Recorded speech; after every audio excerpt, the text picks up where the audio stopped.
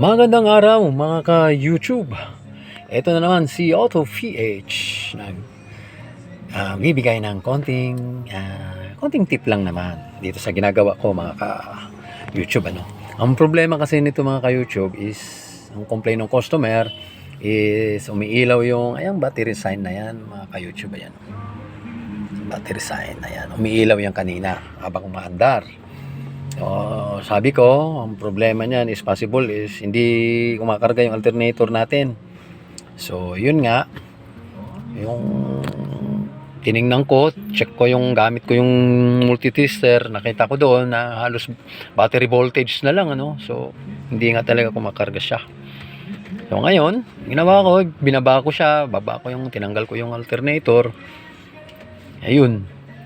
Nakita ko yung binuksan ko yung alternator nandun sa bandang likuran niya yung slip ring mga ka-YouTube Hindi ko lang maipakita yung itsura ng slip ring dun sa alternator kasi alam niyo na bago pa tayo dito sa video natin sa YouTube, kung umpisa pa lang kulang pa tayo sa gadget tsaka sa mga kaalaman pa kung paano tayo ng video. So yun nga, di bale next time improve pa natin.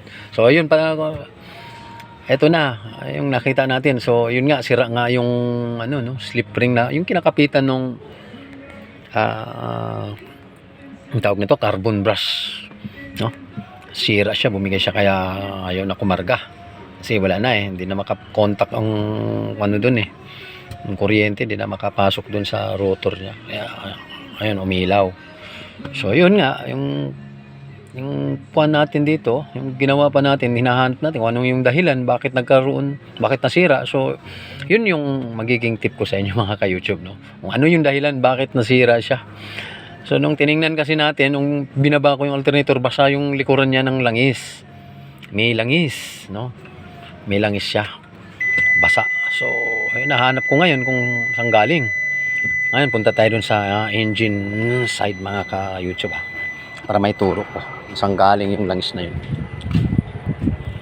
So ayun, eto kasi siya yung alternator natin mga ka-YouTube nandiyan sa ilalim nandyan sa portion na yan dito. Ayan ayan, alternator yan. So ang langis is galing dito kasi yan turbo yan turbo, ito yung compressor side ng turbo so turbine side kasi yung sa exhaust.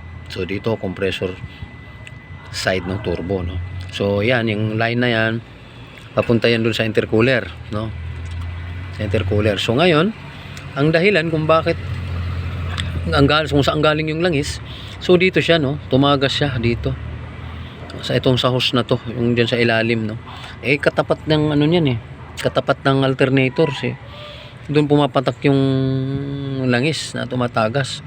So kung magtanong kayo bakit may langis, kasi normal yan na may langis hindi naman ganun karaming langis yan.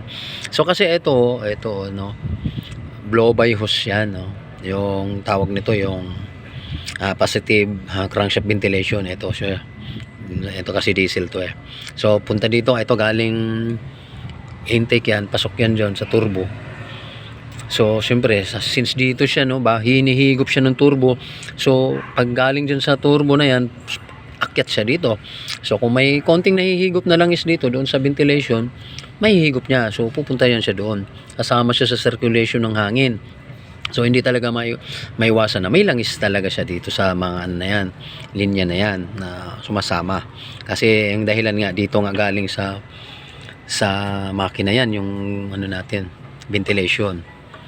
So ayun, kaya yung pinaka tip natin dyan is titingnan natin yung kasi ito yung naging dahilan bakit nasira yung alternator niya sir So may pag kapain nyo lang dito mga ka-YouTube may basang langis.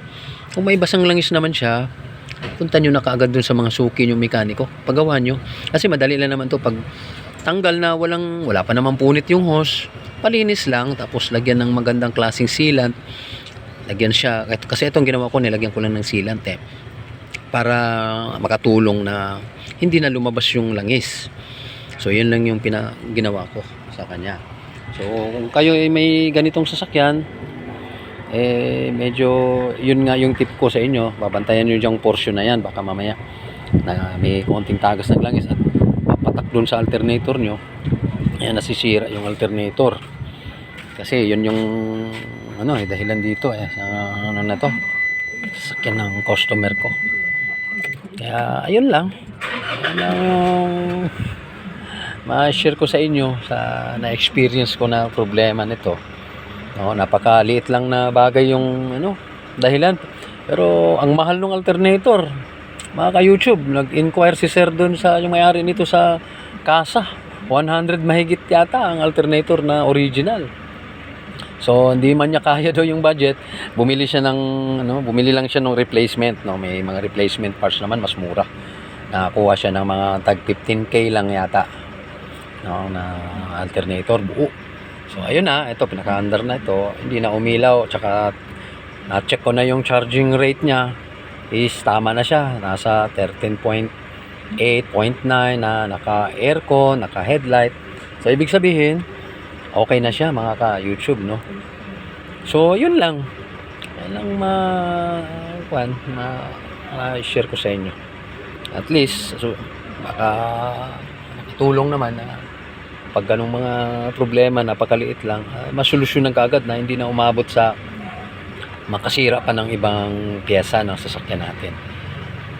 So, salamat din pala mga ka-YouTube sa mga nag-subscribe sa akin, tsaka yung mga nag-like, So, salamat po sa inyo, mga kapatid.